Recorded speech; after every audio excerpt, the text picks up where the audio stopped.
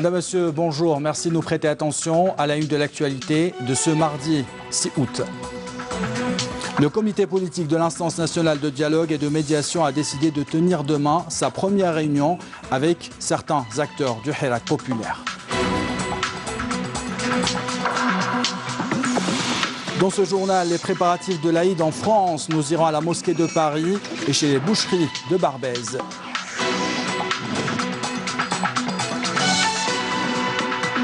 Nous vous emmènerons à la Mecque découvrir les vestiges de la civilisation musulmane. Un voyage dans le temps à la fin de ce journal.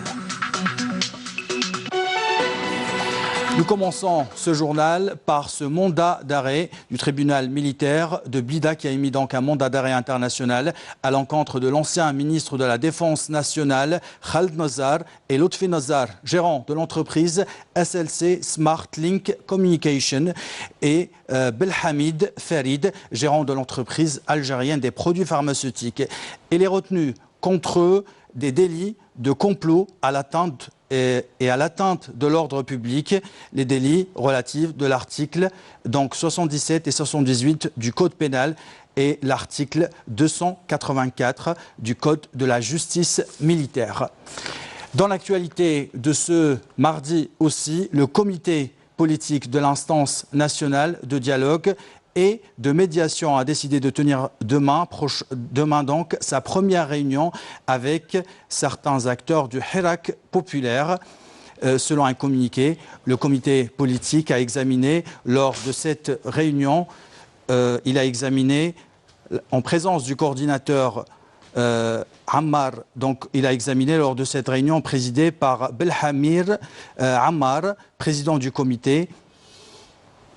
Il a examiné donc lors de cette réunion présidée en présence du coordinateur général de l'instance de dialogue et de médiation Karim Younes et les membres du comité Mokhtar Ben Saïd et Beket Barkani Mohamed, les points inscrits à l'ordre du jour. Il s'agit donc de la poursuite par la même source du calendrier des rondes politiques indiquant que le comité avait décidé de tenir mercredi prochain à 10 h au niveau de son siège provisoire à Alger sa première rencontre avec certains acteurs du Hirak populaire. Lors de cette réunion, il a été également question d'examiner la composante du comité des sages et des experts et de contacter des membres de la communauté algérienne établie à l'étranger.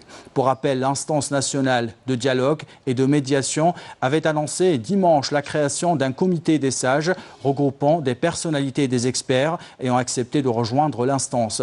L'instance avait, pour sa part, fait part donc de sa décision d'entamer immédiatement l'organisation des consultations de dialogue avec la classe politique, les personnalités nationales et la société civile, assurant que toutes les plateformes de ces propositions vont constituer justement des documents de travail qui seront utilisés pour l'élaboration des propositions présentées à la conférence nationale, une conférence qui sera organisée à la fin de ces consultations. Dans l'actualité de ce mardi aussi, le communiqué de l'Amaloukel et des notables de la région du Tassili Nadjer et de la Wilaya d'Ilizi.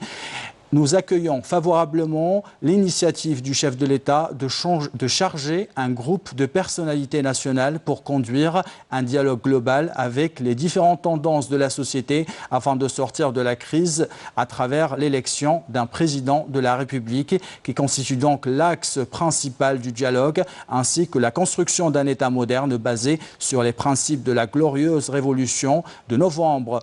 Au moment où nous soutenons cette louable initiative, ajoute le communiqué, nous rappelons la nécessité de passer le flambeau à la génération de l'indépendance parmi les jeunes et accorder l'importance nécessaire aux compétences de notre grand Sud, surtout les jeunes d'entre eux qui n'ont pas eu la chance de participer à la construction de la nation comme nous l'avons fait avec tout ce que nous avions comme force et volonté dans la bataille de sa construction, son développement et sa stabilité.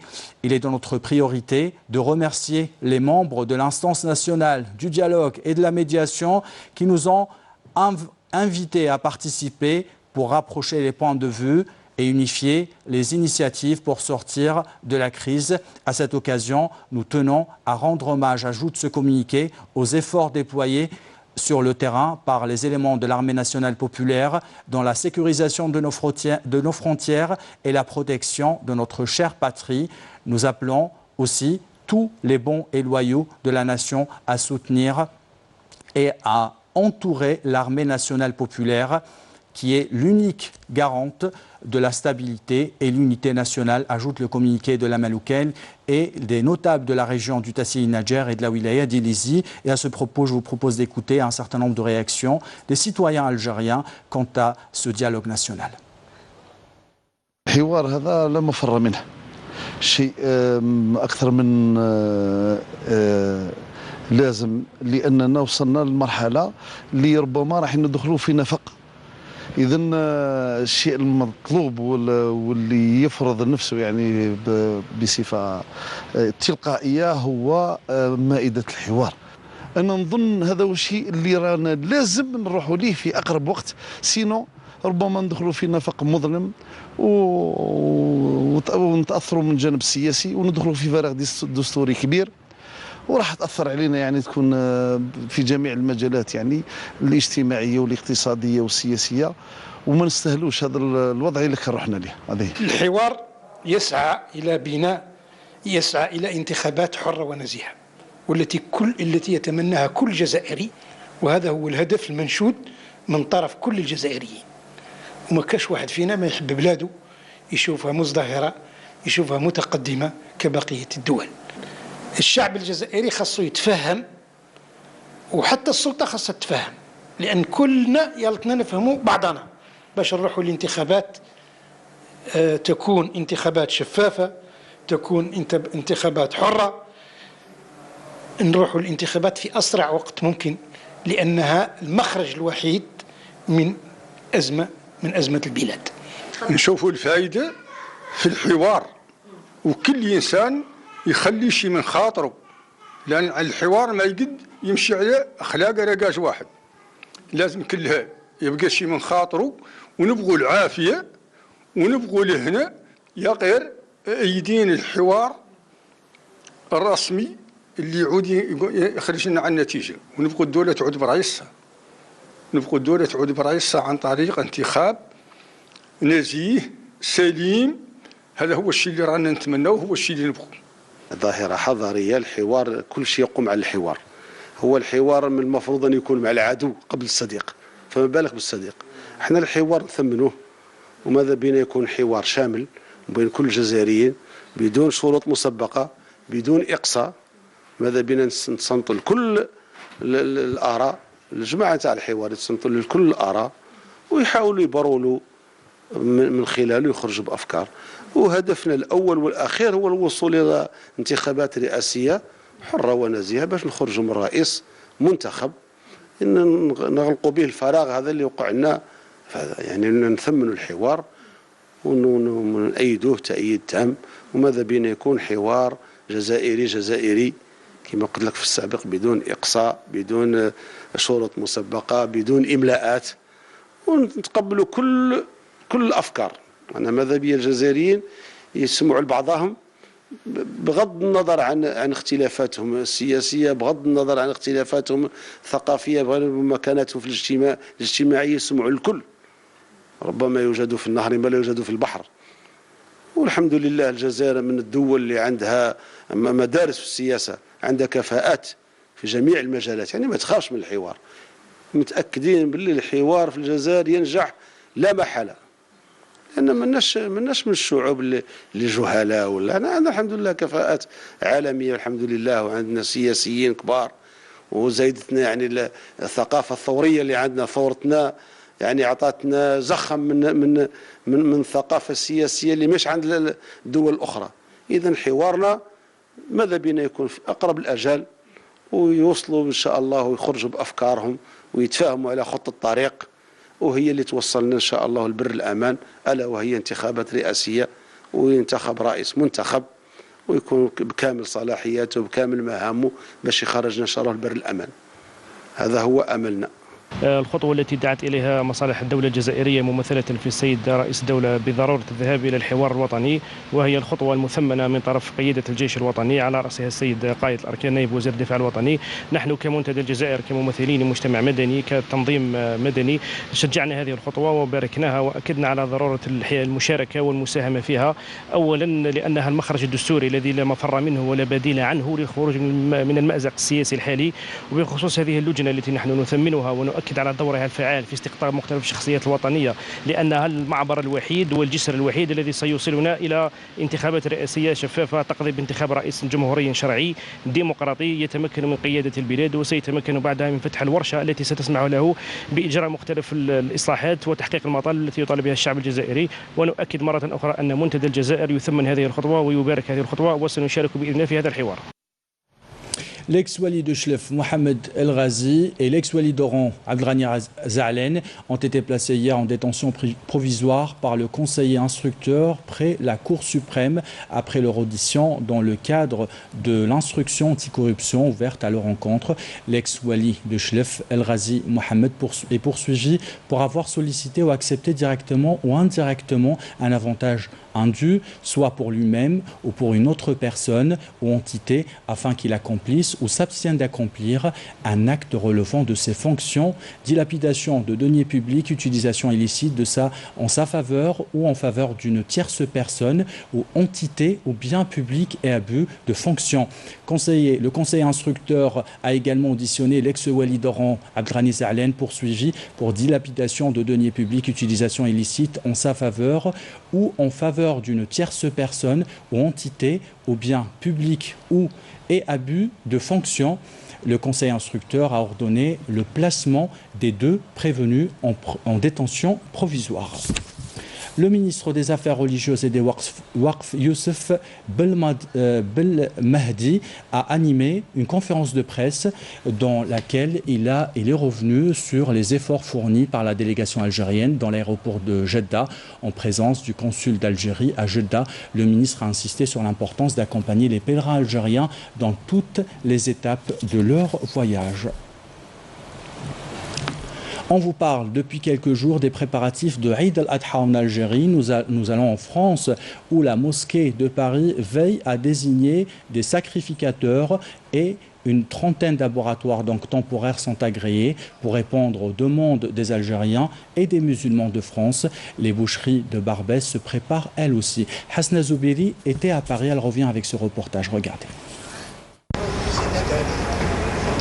À l'approche de l'Eid al-Adha 2019, la Grande Mosquée de Paris travaille d'arrache-pied pour assurer le bon déroulement de cette fête et satisfaire la communauté algérienne, notamment les familles qui n'ont pas la chance de fêter l'Eid en Algérie en cette période de vacances. Une trentaine d'abattoirs temporaires ont été agréés en France pour procéder à l'abattage des moutons. Le sacrificateur doit obtenir le certificat de compétence de bien-être animal. Donc sans ce certificat, le vétérinaire qui est au sein de l'abattoir peut donner une pénalité au directeur de l'abattoir parce que le sacrificateur n'a pas ce CCPA, certificat de compétence de protection animale.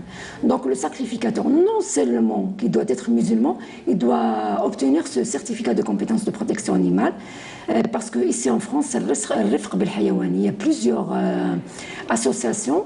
Donc, parmi ces associations L214 qui sont contre l'abattage rituel, et nous, les musulmans, notamment, à savoir la Grande Mosquée de Paris, on défend corps et âme l'abattage rituel. De nombreuses boucheries situées à Barbès, gérées par des Algériens, se sont préparées pour répondre à la demande de leurs clients. Moi, je travaille avec un abattoir, il y a à peu près 70 km. C'est un abattoir halal avec le cachet de la mosquée de Paris et tout ça. C'est 100% halal. Et comme on fait avec les clients, la veille de l'Aïd, les clients, ils viennent avant la veille de l'Aïd, ils viennent à peu près 3-4 jours, une semaine. Ils viennent, ils commandent, ils payent, ils laissent leur numéro. Comme ça, le jour de l'Aïd, l'après-midi, ils récupèrent leurs animaux. Comme chaque année, la demande augmente en cette période de fête. Toujours, on fait par exemple, on ramène 10 agneaux de plus. Si par exemple, il y a des retardataires, il y a des clients qui par exemple, ils n'ont pas le temps pour commander tout ça, Moi, je ramène toujours 10 agneaux ou 15 agneaux de plus. Comme ça, s'il y a quelqu'un qui ne l'a pas commandé, je vais le vendre tout de suite. Il prend son agneau tout de suite. Voilà. Sinon, le reste, je le coupe pour l'étalage. Parce qu'il y a des gens qui ne peuvent pas acheter un agneau entier, ils prennent des côtelettes, des égouts et tout ça. Pour la certification halal, les 3 grandes mosquées, celle de Paris, d'Evry ainsi que celle de Lyon, désignent des sacrificateurs, c'est-à-dire des personnes chargées d'égorger l'animal en respectant les rituels religieux. Bientôt, les voyageurs de Sétif à Béjaïa verront le bout du tunnel de Kharata, un axe routier fréquenté par plus de 30 000 véhicules jour durant cette période estivale. Le budget est dégagé, les travaux s'accélèrent. Le point avec Soumeya Zerouali. Une enveloppe de 200 milliards de centimes est dégagée pour la réhabilitation du tunnel de Kharata qui relie la wilaya de Béjaïa à celle de Sétif. Un financement qui dépend du projet d'aménagement du tronçon routier des gorges de Kharata. Aussi, une nouvelle enveloppe financière avoisinant les 300 milliards de centimes sera injectée dans le projet pour financer la réalisation de 3 autres petits tunnels dans les gorges de Kharata. Ce tunnel constitue le point noir de la route nationale numéro 9. Sa réhabilitation est devenue indispensable. C'est pourquoi les travaux ont été entrepris par la direction des travaux publics de la wilaya de Béjaïa. Car ce tunnel n'arrive plus à supporter le trafic routier dense. Cette opération concerne 4 tunnels. Les 3 autres sont en cours de réalisation. Les travaux sont engagés depuis 4 ans. Une partie du projet devrait être livrée à la fin de l'année en cours. Le reste sera livré dans 2 ans. L'opération se déroule dans de bonnes conditions. Il y a une bonne coordination entre notre société turque et la direction des travaux publics. Si, à l'avenir, nous ne rencontrons aucun obstacle, le projet sera livré dans les délais requis. هو الغلاف المالي فيه 3 حصص دونك 13 مليار دينار جزائري 13 مليار دينار صافي 1300 مليار سنتيم répartis en 3 lots, l'ouvrage d'art, l'autoroute et le tunnel. Donc le tunnel c'est confié à l'entreprise Ouzgoun, donc avec un partenaire privé. Le tunnel, l'ouvrage d'art aussi c'est la même chose, c'est en partenariat. Et le troisième c'est une entreprise privée, donc les travaux de l'autoroute qui n'ont pas encore démarré. حتى نكملوا الاشغال تاع انهاء الاشغال تاع الجسور. Un pont long de 345 mètres sera relié aux 3 tunnels entre Kharata et Borj Mira. Ces tunnels seront dotés d'équipements sophistiqués et modernes répondant aux standards internationaux. Rappelons que cette route draine un trafic routier allant jusqu'à 30 000 véhicules par jour lors de la saison estivale. Le mois de juillet est résolument le plus chaud de toute l'histoire. Les scientifiques de la Terre l'affirment, la Terre étouffe, les incendies sont de plus en plus fréquents. 9000 hectares ont été ravagés par le feu ces dernières semaines. La Direction générale des forêts multiplie les messages de prévention. Yasmine Chouir revient sur cette actualité brûlante. La hausse sensible des températures dans plusieurs régions du pays, canicule qui ailleurs a touché l'ensemble du bassin méditerranéen et l'Europe du Nord jusqu'au cercle arctique. Plusieurs feux de forêt se sont déclarés subitement, provoquant une réelle psychose au sein de la population. Aujourd'hui, la direction des forêts se veut rassurante quant au caractère exceptionnel du fléau. Si on donnait le dégât à la même date durant l'année 2017, nous étions à 13 000 hectares pour 3 000 feux de forêt. Donc nous rassurons les populations que nous sommes dans une année des plus normales, puisque la moyenne annuelle qui est perdue depuis une vingtaine d'années, elle est évaluée à 32 000 hectares. Nous sommes très très loin de cela. 38 wilayas sur 40 concernés par le dispositif de prévention et de lutte ont été touchés par les feux de forêt, à l'exception des wilayas de Biskra et d'El Bayad. C'est en fonction de la latitude, puisque les chaleurs ont été beaucoup plus marquées à l'ouest. Donc en début juin, on avait enregistré des feux dans la wilaya de Belabès et de Tlemcen. Et après, ça a glissé petit à petit pour arriver dans l'est au jour d'aujourd'hui, puisque nous avons enregistré des incendies dans la wilaya de Tarf. Même si aucun feu volontaire n'a été recensé ou confirmé, 95% des départs de foyers restent d'origine humaine. Pour l'instant, 95% sont provoqués par la main de l'homme, d'une manière directe, mais surtout indirecte.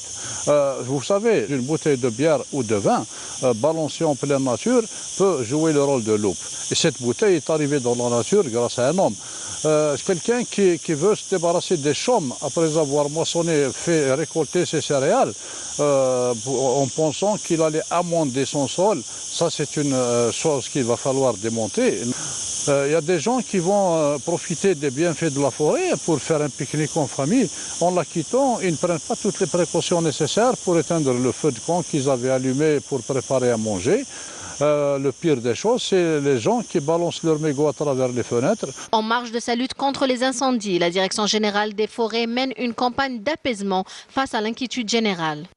C'est une perte, il y a des pertes, c'est normal, c'est la période estivale. Avec les conditions météorologiques, c'est pas évident de trouver une forêt saine pour le moment. Et puis surtout par rapport à la faune sauvage, les photos qui circulent sur les réseaux sociaux par rapport aux singes, c'est vrai, on ne peut pas accuser les gens, ils ne sont pas spécialistes. De voir une photo sur les réseaux sociaux peut porter confusion. Donc c'est pas nos photos, c'est pas toutes les photos appartiennent aux singes qui existent en Algérie, le singe magot. Donc on cherche à éclairer la situation et dire que nous avons uniquement 5 singes qui ont été touchés par les incendies au niveau du parc du Djurdjura et au niveau de la wilaya de Bura. À ce jour, 23 wilayas ont un bilan d'incendie inférieur ou égal à 100 hectares. 7 d'entre elles entre 101 et 300 hectares. 6 entre 300 et 500 hectares et 4 wilayas ont un bilan supérieur à 500 hectares, soit 62% dans la région centre, 29% dans la région est et 9% dans la région ouest. Et justement, toujours en rapport avec cette actualité, une canicule est annoncée dans certaines wilayas de l'Est du pays à partir d'aujourd'hui jusqu'à demain, indique le Centre national de prévision météorologique. Les wilayas concernées par cette canicule requerront un niveau de vigilance orange sont Skikda, Annaba et Taraf, où les températures prévues atteindront ou dépasseront localement les 40 degrés Celsius. La validité de ce bulletin s'étale jusqu'à demain, 21h. Dans l'actualité de ce mardi aussi, ce communiqué du ministère de la Défense nationale dans le cadre de la lutte contre la criminalité organisée, un détachement de l'armée nationale populaire a appréhendé hier à Tamanrasset 6 orpailleurs et saisi donc 4 groupes électrogènes et 2 véhicules tout-terrain et 2 broyeurs de pierre. Le même communiqué ajoute que les gardes-côtes ont intercepté à Ain Timouchent 30 kg de kif traités et ont mis à échec à Ain Timouchent et à Annaba des tentatives d'immigration clandestine. 40 personnes étaient à bord d'embarcations de construction artisanale. Fin de ce communiqué. Dans l'actualité internationale, la guerre commerciale entre la Chine et les États-Unis n'en finit pas. Le secrétaire américain au Trésor accuse Pékin de manipuler sa monnaie après une chute du yuan face au dollar. La Banque centrale chinoise s'en défend. Les détails avec Naïma Haouch. Le géant asiatique chinois a plus d'un tour dans son sac dans sa guerre économique contre les États-Unis. La devise chinoise est stable, mais un jour Pékin décide, selon Washington, de laisser filer sa monnaie. Et pour cause, les marchés chutent, un nouveau front est ouvert. La devise chinoise a franchi lundi le seuil symbolique des 7 yuan pour $1, son niveau le plus bas depuis 11 ans. Les bourses chinoises ont également ouvert ce mardi en net repli et le Dow Jones poursuit sa dégringolade et perd plus de 3% à Wall Street. Et c'est dans ce contexte de regain de tensions commerciales sino-américaines que les États-Unis ripostent et accusent officiellement la Chine de manipuler sa monnaie. Accusation dont s'est défendu le patron de la Banque centrale chinoise qui fixe chaque jour le taux pivot du yuan face au dollar. Pourtant, les analystes estiment que cette baisse brutale est le résultat évident d'une intervention active de la Banque centrale pour favoriser les exportations chinoises et atténuer l'impact de la hausse des droits de douane américains sur les produits chinois. Donald Trump a relancé ce jeudi la guerre commerciale contre Pékin en annonçant son intention d'étendre des droits de douane supplémentaires à la quasi-totalité des importations en provenance de Chine à compter du 1er septembre prochain. Pour l'heure, on n'écarte pas le fait que la Chine pourrait tolérer une nouvelle dépréciation du yuan face à l'escalade des tensions commerciales qui ont déjà fait des victimes collatérales. Le géant bancaire britannique HSBC annonce le départ surprise de son patron et la suppression de 4000 emplois face aux tensions géopolitiques. Résultat, la baisse des taux en cours aux États-Unis comprime les marges que les banques réalisent sur les prêts. La Chine, premier créancier des États-Unis, pourrait également augmenter la pression en réduisant sa montagne de bons du Trésor américain, estimée à plus de $1000 milliards. Pékin a déjà réduit son portefeuille de bons du Trésor qui n'a jamais été aussi bas depuis 2 ans, ce qui confirme que l'Empire du Milieu a plus d'un tour dans son sac. Direction les territoires saints de l'islam pour vous parler d'une exposition rare et précieuse. Elle émerveille les pèlerins venus du monde entier. On y trouve des pièces uniques comme la première porte de la Kaaba, d'autres pièces qui remontent au Xe siècle de l'Hégire. Le reportage sur place de Khadija Tahar Abbas, commentaire signé Camilla Melled. La visite du musée d'Al-Haramayn al-Sharifayn s'impose pour tout pèlerin car il constitue l'endroit idéal pour découvrir et rafraîchir ses connaissances relatives à l'histoire de la ville de la Mecque. Je visite ce musée pour la première fois. Je suis sincèrement subjuguée et émerveillée par tous ces objets, surtout en voyant les premières marches de la Kaaba fabriquées en bois.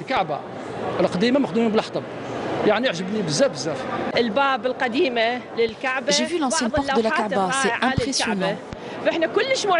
J'ai vraiment apprécié qu'elles sont devenues intactes, qu'ils les ont gardées. Je ne comprends pas comment ils ont pu garder autant de pièces sans qu'elles ont disparu. J'aime bien qu'il y ait eu un musée comme ça. En plus, il est récent et pareil. Avant, il n'y était pas. Je suis pile tombé à la bonne année, quoi. Le musée, séparé en 7 sections, propose une découverte de l'histoire de Mecca et de ses trésors architecturaux datant pour certains du 7e siècle. Ce musée comporte des pièces archéologiques qui remontent à la première ère saoudienne, ainsi qu'une maquette représentant l'extension de l'Haram al-Makki al-Sharif durant la période du roi Abdallah. Vous trouverez dans ce musée 7 pièces, dont la salle d'accueil, une salle de la Kaaba et une autre pour s'acquissoir. Nous avons également au sein du musée al-Haramayn la plus ancienne pièce qui est une colonne se trouvant dans la Kaaba, et ce, à l'époque de Abdallah ben Zubayr.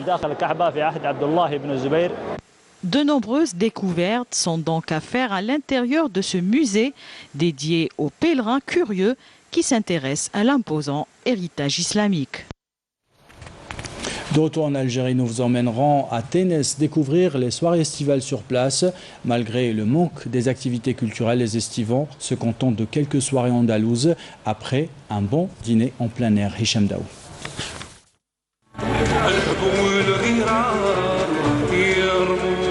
La nuit des habitants de Ténès n'est pas comme leur jour.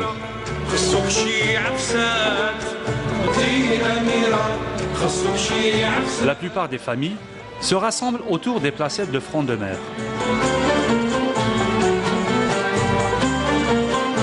Le manque flagrant des infrastructures d'accueil dans cette région, réputée par ses richesses naturelles et historiques, n'a pas empêché les visiteurs de cette ville à venir découvrir et à admirer ces lieux.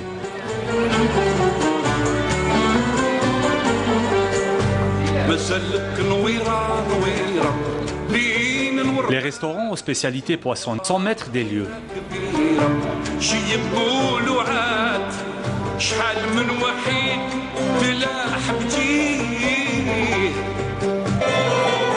Les associations qui activent dans le domaine culturel se font très rares dans cette ville de Ténès. Celles présentes sur le terrain œuvrent pour la promotion de la musique andalouse.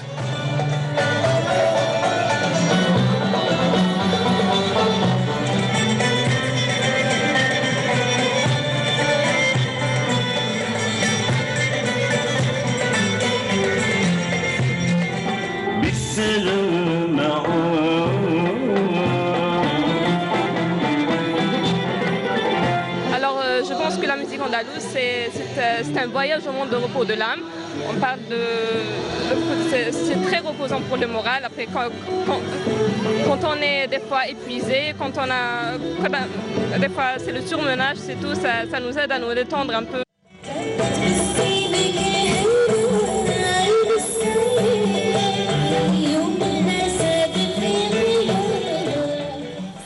Dans l'actualité sportive de ce mardi, le CR Belouizdad affrontera la formation tchadienne de l'AS Coton samedi prochain au stade olympique du 5 juillet à 20h. Il s'agit d'un match aller du tour préliminaire de la Coupe de la Confédération africaine de football. Le CR Belouizdad se prépare pour ce match. Les détails avec Manal Boutouaba. Dernière ligne droite pour les joueurs du Shabab Riyadi de Belouizdad qui préparent leur entrée en force dans le tour préliminaire de la Coupe de la Confédération africaine de football. L'entraîneur Abdelkader Amrani a mis en place pour l'occasion un programme spécial pour une bonne préparation de ses joueurs à entrer en compétition. Cette saison devrait être meilleure que les précédentes. Les problèmes financiers ne se posent plus car le groupe Madar a mis à notre disposition tous les moyens nécessaires. De nouveaux joueurs ont rejoint l'équipe, ce qui leur permettra d'acquérir de l'expérience et élever le niveau. La préparation se passe dans d'excellentes conditions. Nous avons commencé les entraînements le 1er juillet dernier jusqu'à aujourd'hui avec plus de 45 séances d'entraînement. Même s'il a gardé les principales bases de l'équipe, le Shabab a décidé de mettre toutes les chances de son côté en renforçant l'effectif avec des atouts de taille comme l'attaquant Guesmi et le gardien Gaïa. C'est le destin qui m'a amené ici. Je pense que le projet sportif du Shabab Belouizdad est plus intéressant. Mon objectif aujourd'hui est de remporter le maximum de titres. Les nouveaux joueurs qui ont intégré l'équipe ont un très bon niveau. J'espère qu'ils apporteront un plus. Nous accueillons à bras ouverts toute personne qui apporte un plus à notre équipe. L'entraîneur Abdelkader Amrani, après avoir sauvé l'équipe d'une décadence certaine la saison précédente et remporté la 8e Coupe d'Algérie, veut continuer sur sa lancée et pourquoi pas entraîner son équipe vers des compétitions continentales. Quand on passe le premier tour, l'envie de continuer est très forte. Les joueurs ayant acquis une certaine expérience, que cela soit sur notre terrain ou en dehors. La complémentarité entre joueurs est très importante également. On va faire de notre mieux pour, je ne dirais pas gagner la coupe, mais aller le plus loin possible dans la compétition. Le CRB affrontera en match aller du tour préliminaire de la Coupe de la Confédération africaine la formation tchadienne de l'AS Coton samedi à 20 h au stade olympique du 5 juillet. Le match retour se jouera 2 semaines plus tard à N'Djamena au Tchad. Et avant de clore ce journal, je vous rappelle l'information principale de ce mardi. Le tribunal militaire de Blida lance des mandats d'arrêt internationaux contre l'ancien ministre de la Défense nationale Khaled Nazar et son fils Lotfi, gérant de la société de télécommunications SLC Smart Link Communication, et de Farid aussi Belhamdine, gérant de la société algérienne de pharmaceutique générale. Les dénommés sont accusés de complot et atteinte à l'ordre public et des délits relevant de l'article 77 et 78 du Code pénal et l'article 284 du Code de la justice militaire. Les 3 mises en cause sont poursuivis pour complot et atteinte à l'ordre public. C'est la fin de ce journal. L'équipe de la rédaction qui l'a préparé vous remercie de l'avoir suivi. Tout de suite, un point complet météo présenté par Fali El-Cheikh. En bas de votre écran, les adresses web pour le replay de vos programmes. Belle journée à tous.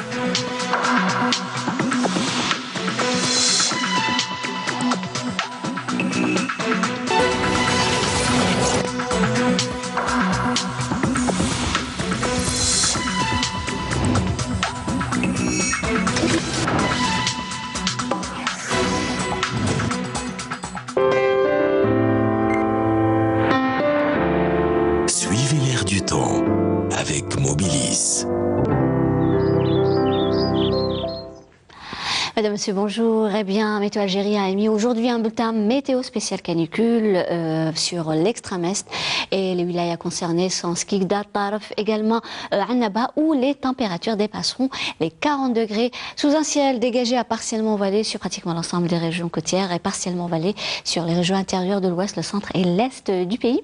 Passage harmonieux tout au long des frontières algéro-maliennes, le Hégard Tassili est partiellement voilé de la Saoura vers les Oasis. Pour cet après-midi, eh bien, on aura un ciel dégagé à partiellement voilé sur les côtes ouest, centre, également l'est du pays, avec toutefois des nuages bas qui vont persister sur le littoral, partiellement voilé sur les régions intérieures de l'ouest, le centre et l'est, avec des foyers orageux qui peuvent engendrer quelques averses durant la journée. Passage harmonieux tout au long des frontières algéro-maliennes, le Hégard, avec développement de foyers orageux qui peuvent engendrer aussi des averses par endroits, partiellement voilées de la Saoura vers le Nord Sahara et les Oasis, avec toutefois des cellules orageuses sur le Nord Sahara, mais le soleil s'en donnera à cœur joie sur le Sahara central, les Oasis, avec 2 fréquences seulement de sable sur le Sahara central, le Sahara oriental, le Hégard et le Tassili. Les températures, comme je vous l'ai dit, eh bien, elles seront plutôt élevées par endroits, avec toutefois un maximum au nord de 43 degrés du côté de Silla, 40 vers Annaba, Tarf, Skikda, 41 à Tizi Ouzou, 36 degrés Alger, 33 Oran, 35 à Tlemcen, 37 à Albiya, 36 degrés vers Djel Halfa, 38 à Batna. Au sud, 45 degrés vers Biskra, 43 Gardaya et Béchar, 45 à Tindouf, 44 Bourj Bedi Mokhtar Ingzam, Ilizi, 38 Tamanrasset, Janet et enfin le maximum 48 degrés à Drar, Insalah, Hassim Saoud, Ouagla. Les minimales durant cette soirée, eh bien, elles seront comprises au nord entre 23 et 25 degrés, et varieront entre 22 et 25 degrés vers les régions intérieures. Au sud, 30 à 31 degrés des Oasis vers la Saoura, 30 également Tindouf, l'extrême sud, 27 le Egar et le Tassili, 31 le Sahara oriental, 32 le Sahara central et enfin 34 degrés Hassim Saoud, Ouagla. Et comme toujours, on termine subit avec l'éphéméride pour aujourd'hui, mardi 6 août. Le soleil se couchera vers 19h51. Et pour davantage d'informations, vous avez les sites de Météo Algérie et vous pourrez suivre ce bulletin sur YouTube. Passez une excellente après-midi sur Canal Algérie et à ce soir.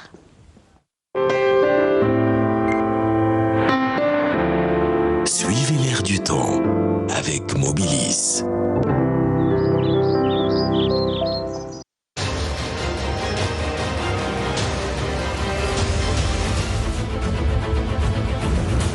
Campagne de recrutement.